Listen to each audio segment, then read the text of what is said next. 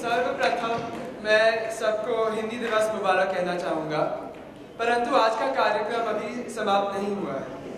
यह हमारा सौभाग्य है कि आज हमारे बीच जाने माने गीतकार, पटकथाकार और एड गुरु प्रसून जोशी जी उपस्थित हैं। भारतीय फिल्म जगत के प्रसिद्ध गीतकार के रूप में आपका योगदान उल्लेखनीय व सराहनीय है। आपने विज्ञापन के लिए नई भाषा का सृजन किया है, जिसके कारण आप विज्ञापन जगत में विज्ञापन गुरु के नाम से विख्यात तो हैं। इसके साथ ही अंतर्राष्ट्रीय विज्ञापन company McCann world group India के कार्यकारी अध्यक्ष भी हैं। साथ ही साथ एशिया महाद्वीप में सृजनात्मक निदेशक की भूमिका भी निभा रहे हैं। ठंडा मतलब कोका कोला जैसे प्रचलित विज्ञापन हेतु आपको अंतर्राष्ट्रीय मान्यता भी प्राप्त हुई है। इन व्यावसायिक गतिविधियों के साथ साथ आपका नाम एक संवेदनशील लेखक, गीत व गजलों के रचनाकार एवं कवि के रूप में शीर्ष पर है। आपकी बहुमुखी प्रतिभा के कारण आप अपने क्षेत्र में अद्वितीय हैं। उत्तराखंड की माटी से निकली इस प्रतिभा को बचपन से ही प्रकृति व सृष्टि द्वारा सृजित चीजों व प्राकृतिक सौंदर्य के प्रति आकर्षण था। आपका प्रकृति प्रेमी स्वभाव आपके काव्य में स्पष्ट दिखाई देता है। राष्ट्रीय पुरस्कार से सम्मानित माँ और बच्चे के भावनात्मक संबंध पर गीत लिखकर तुम्हें सब है पता मेरी माँ, आपने संपूर्ण जनमानस पर अपनी अमिट छाप छोड़ दी है। आपको 500 से भी अधिक राष्ट्रीय व अंतर्राष्ट्रीय पुरस्कारों से सम्मानित किया गया है। इसके साथ साथ आपने कान फिल्म फेस्टिवल व दादा साहेब फाल्के पुरस्कार हेतु निर्णायक की अहम भूमिका भी निभाई है। आपकी सामाजिक गतिविधियों उल्लेखनीय हैं, जिनमें विशेष है नारी सशक्तिकरण, पोलियो व तंबाकू निषेध एवं आप बच्चों के अधिकारों के प्रति भी सदैव सजग रहे हैं। अतिथि देवो भव आपका मूल मंत्र है। कविता मेरा पहला प्रेम है, ऐसा कहना है प्रसून जोशी जी का। तो आइए एक बार फिर फना, रंग दे बसंती, तारे जमीन पर, भागने का भाग जैसे फिल्मों के जाने माने रचनाकार, राष्ट्रीय व फिल्म फेयर विजेता, जिन्होंने श्री प्रसून जोशी जी का करतल ध्वनियों से अभिनंदन करते हुए निवेदन करते हैं कि वे मंच पर आए, वो अपने अमूल्य वचनों से हम सबका मार्गदर्शन करें।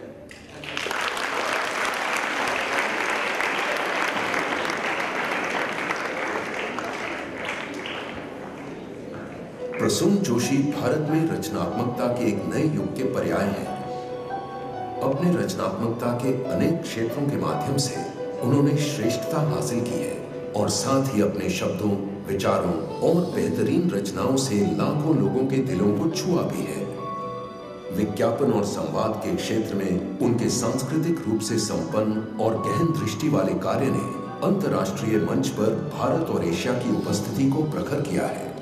उन्होंने 400 से ज्यादा पुरस्कार जीते हैं और उन्हें वर्ल्ड इकोनॉमिक फोरम द्वारा यंग ग्लोबल लीडर के रूप में भी प्रतिष्ठित किया गया है। उन्होंने कांस जैसे फेस्टिवल्स में प्रतिष्ठित अंतर्राष्ट्रीय निर्णायक मंडलों की अध्यक्षता की है, लेकिन आज वे कविता, गीत, लेखन एवं सिनेमा की दुनिया में अपने समानांतर कार्यों के लिए भी भलीभांति जाने जाते हैं। लेखक कवि की युवा पीढ़ी के अग्रदूत के रूप में जाने जाने वाले प्रसून पिछले दशक में देश की सबसे प्रतिभाशाली एवं आह्वान से परिपूर्ण आवाजों में से एक बनकर उभरे हैं। वे काव्यमय गीतों के संग्रह की अपनी चौथी पुस्तक के साथ उन लोगों में से हैं जिन्होंने कविता की लौ को जलाए रखा है और नई पीढ़ी से एक जुड़ाव स्थापित करने में मदद की है। वे उन युवा लेखकों में से एक थे जिनकी पहली गद्य पुस्तक केवल 17 वर्ष की आयु में प्रकाशित हुई। उन्हें हिंदी भाषा एवं साहित्य में अपने योगदान के लिए प्रतिष्ठित वातायन पुरस्कार से भी सम्मानित किया गया है। यह पुरस्कार उन्हें लंदन में हाउस ऑफ लॉर्ड्स में एक समारोह में प्रदान किया गया। फिर उन्होंने नई दिशाओं में कदम बढ़ाए। बहुत ही कम समय में प्रसून ने ऐसे कई लोगों को गलत साबित कर दिया जो नई पीढ़ी में कविता के प्रति समझ की कमी और गुणवत्ता में गिरावट का विलाप करते रहते थे। अनेक स्क्रीन फिल्मों जैसे रंग दे बसंती, तारे जमीन पर, दिल्ली 6, और हाल ही में आई भाग मिल्खा भाग में अपने गीतों के माध्यम से उन्होंने न केवल देश के युवाओं को अपने काम का दीवाना बनाया, बल्कि पारखियों को भी अभिभूत होकर खड़े होने और तारीफें करने पर मजबूर कर दिया। प्रसून के हाथों में युवा भारत की तेजी से बदलती पसंद और इसके सिकुड़ते शब्द ज्ञान के चलते एक कठिन काम है। हालांकि उन्होंने न केवल लीग से अलग हटकर गाने लिखे हैं, बल्कि वे सामाजिक मुद्दों पर भी निरंतर कविता का सृजन करते रहे हैं। मुंबई में आतंकी हमले के बाद आई उनकी कविता इस बार नहीं देश की मुखर आवाज बनी। इस बार नहीं, इस बार नहीं, इस बार जब वो छोटी सी बच्ची मेरे पास अपनी खरोंच लेकर आएगी, मैं उसे फू फू कर नहीं बहलाऊंगा, मैं पनपने दूंगा उसकी कीस को। इस बार नहीं। उन्होंने उन कवियों की परंपरा और लोकाचार को कायम रखा है जिन्होंने कविता का उपयोग न केवल आत्मा को राहत पहुंचाने के लिए किया, बल्कि सार्वजनिक जागरण को उद्दीप्त और प्रेरित करने के लिए भी किया। कोई भी भारतीय प्रसून के फिल्म तारे ज़मीं पर के गीत तुझे सब है पता है ना मां, जिसने देश की हर मां की आंखें नम की, और फिल्म रंग दे बसंती के गीत अभी अभी हुआ यकीन कि आंख है मुझ में कहीं रूबरू, जिसने युवा पीढ़ी को प्रेरित किया, को नहीं भूल सकता। फिल्म भाग मिल्खा भाग, जिसमें उन्होंने पटकथा, संवाद और गीत लिखे हैं, के लिए उन्होंने आलोचनात्मक सराहनाएं और अनेक दिलों को जीता है। प्रसून को अपने सृजन कार्य के लिए एनडीटीवी द्वारा इंडियन ऑफ द ईयर के पुरस्कार से सम्मानित किया गया था। प्रसून को अपने कलात्मक कार्य के लिए अनेक सम्मान मिले हैं, जिनमें शामिल हैं फिल्म फेयर, स्क्रीन, आईफा और भारत के राष्ट्रपति की ओर से प्रतिष्ठित राष्ट्रीय पुरस्कार। उनके अन्य मास्टरपीस जैसे मसक अली, गेंदा फूल, चांद सिफारिश, हम तुम, मौला, दिल गिरा कहीं पे दफ्तन, जिंदा है तो प्याला पूरा भर ले, या उनके गैर फिल्मी कार्य जैसे अब के सावन, सीखो ना या मन के मंजीरे कविता और संगीत के दीवानों के दिल में एक खास जगह रखते हैं। प्रसून जोशी एक ऐसे अनोखे लेखक कवि हैं जिन्होंने अनेक प्रमुख सामाजिक एवं राष्ट्रीय मसलों पर अपनी संवेदना और उत्कृष्टता प्रदर्शित की है, जैसे रंग दे बसंती, तारे ज़मीं पर, सत्यमेव जयते, भाग मिल्खा भाग, मेरा देश रो रहा है उत्तराखंड, कुपोषण, सत्याग्रह आदि। वे अत्यंत प्रतिभाशाली और नई पीढ़ी के लेखक कवि से आगे भी असाधारण काम की उम्मीद रख सकते हैं।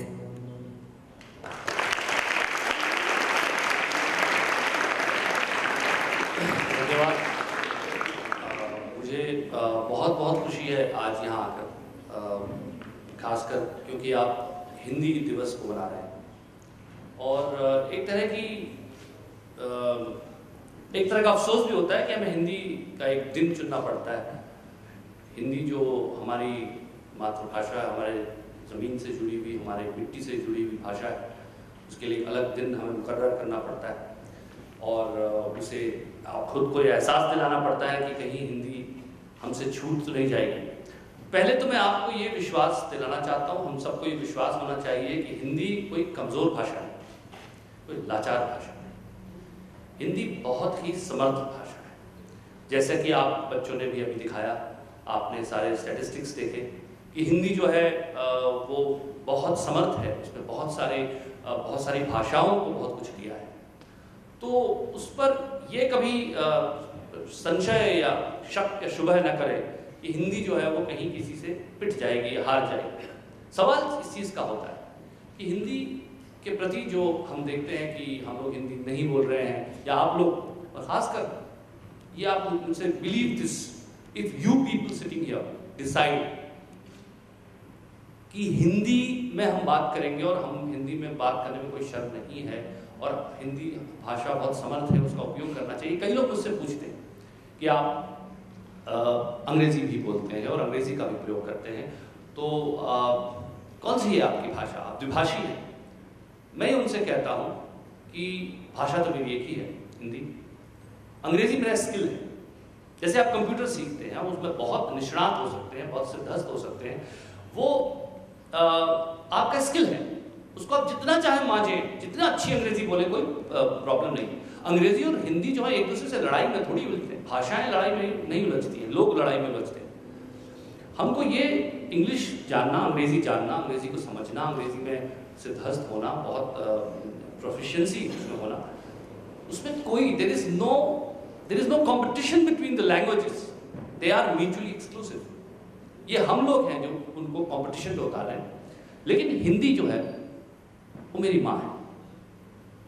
और कई लोग कहते हैं कि आप हिंदी में कविता क्यों नहीं लिखते, आप अंग्रेजी में कविता क्यों नहीं लिखते। मुझे लगता है कि हिंदी जो भाषा है, जो माँ के साथ जैसे आप व्यवहार कर सकते हैं, उसकी चोटी खींच सकते हैं, उससे गुस्सा भी हो सकते हैं, उससे प्यार भी कर सकते हैं, उसके साथ हंस भी सकते हैं, उसकी माथे की बिंदी पोंछ भी सकते हैं, और उसके बाद भी माँ ही रहती है। और ये हिंदी के साथ जो मैं कर सकता हूँ, वो और किसी भाषा के साथ नहीं कर सकता। वो सहजता, वो प्यार जो हिंदी मुझे दे सकती है, क्योंकि मेरी अपनी भाषा है, वो माँ का स्वरूप होती है। और आप कुछ भी कर लें, अगर आपको अपनी माँ को माँ कहने में शर्म आती है, तो बहुत बुरी बात है। फिर आपको अधिकार नहीं है कि आप अपने को सफल कह सकें किसी भी तरह से। क्योंकि सही है, आप अंग्रेजी ही क्यों, आप फ्रेंच भी सीखें, आप जर्मन भी सीखें, रशियन भी सीखें। मुझे याद है मैंने रशियन भाषा भी सीखी थी, सिर्फ इसलिए सीखी थी, मुझे आंतोन चेखोव को पढ़ना था, मैंने इसलिए सीखी। मैं बंगाली भाषा सिर्फ इसलिए सीखना चाहता हूँ क्योंकि मैं गीतांजलि को उसके ओरिजिनल स्वरूप में पढ़ना चाहता हूँ। वो सब हम कर सकते हैं, और हमारे देश में और भी भाषा उनको भी सीखना चाहिए। लेकिन अपनी भाषा पर गर्व करना बहुत जरूरी है। और सवाल यह है कि आपकी जनरेशन अगर फैसला कर ले, फिर आप देखिए कि कैसे हिंदी जो है, क्योंकि बड़ी शर्म की बात होगी किसी भी देश की अगर आप तरक्की देखें, जो देश अपने आप पे गर्व करता है, आज आप एक ऐसे संस्थान में बैठे हैं, ऐसे इंस्टीट्यूट में बैठे हैं which is world class. Your institute is world class. The company behind it, Reliance, is a world class company. So India is producing world class, अगर हम वो कर सकते हैं तो हमारी भाषा कमजोर कैसे हो सकती है? बिल्कुल नहीं हो सकती। और उस पर सवाल इस बात का है कि हम उस पर नाज नहीं करते, हम उस पर गर्व नहीं करते, कोशिश नहीं करते सीखने की। मुझे कोई परहेज नहीं है कि अगर हिंदी में अंग्रेजी भाषा के शब्द आए, हमें दिल बड़ा रखना चाहिए। अगर कल SMS हमारी भाषा का शब्द बन जाता है तो मुझे उससे परहेज नहीं। लेकिन SMS शब्द जो है वो अगर संदेश शब्द की हत्या करके आएगा तो मुझे प्रॉब्लम है। वो SMS आए जहां पे संदेश आते हैं, कहना है वहां SMS आते नहीं कह सकते आप। वहां आपको संदेश ही चाहिए, संदेश भी रहे, SMS भी रहे, और भी शब्द जो है आए, और भाषाओं के भी हमारी भाषा में शामिल हो। हमारी भाषा का दिल बहुत बड़ा है और होना चाहिए। लेकिन क्योंकि जब एक शब्द मरता है तो शब्द जो है वो एक संस्कृति का capsule, A word is a capsule of culture.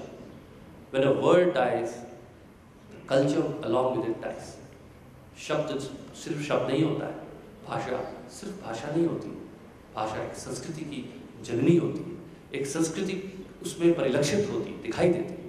और अगर उसका आपको किसी संस्कृति को अगर आपको मारना है, और ये पॉलिटिशियंस ने वर्ल्ड में कई जगह हुआ है कि अगर आपको किसी जगह के, किसी देश के, किसी प्रांत के किसी संस्कृति को खत्म करना है तो उसकी भाषा को आप जड़ से काट देते हैं। और ये हमें नहीं होने देना चाहिए। हमारी भाषा अगर जड़ से कट गई तो हमारी संस्कृति भी धीरे धीरे उसके साथ चली जाएगी, और हमें पता नहीं लगेगा। हमें पता नहीं लगेगा कि कब हमारी अपनी चीजें हमें छोटी लगने लगेंगी, हमें बौनी लगने लगेगी, और ये अच्छी बात नहीं होगी। तो मैं आज हिंदी दिवस पर आप सबसे यही आग्रह करता हूँ, विनती करता हूँ। आप लोग बहुत ब्राइट स्टूडेंट्स हैं यहाँ पे सारे, और आप लोग लीडर्स बनेंगे आगे जा कर के। लेकिन भाषा की जो मशाल है और भाषा पर जो गर्व है वो बिल्कुल कभी उसको कम ना होने दें, और ये आपकी जिम्मेदारी है, और ये जिम्मेदारी आपको उठानी चाहिए। और मुझे पूरा विश्वास है कि आप मेरी बात को समझेंगे और इस जिम्मेदारी को उठाएंगे। धन्यवाद। सर, आपने इतनी प्रभावशाली भाषा में संस्कृति और भाषा संस्कृति का जो आपसी मेल यहाँ पर हमारे बच्चों के सामने, विद्यार्थियों के सामने स्पष्ट किया, उसको लिए हमारे पास शब्द नहीं आपको धन्यवाद करने के लिए। मैं समस्त धीरूभाई अंबानी परिवार की तरफ से, इंटरनेशनल परिवार की तरफ से, राष्ट्रीय करिकुलम की तरफ से, छोटे बच्चों की तरफ से, शिक्षकों की तरफ से, सभी सहकर्मियों की तरफ से आपको बहुत बहुत बहुत बहुत धन्यवाद।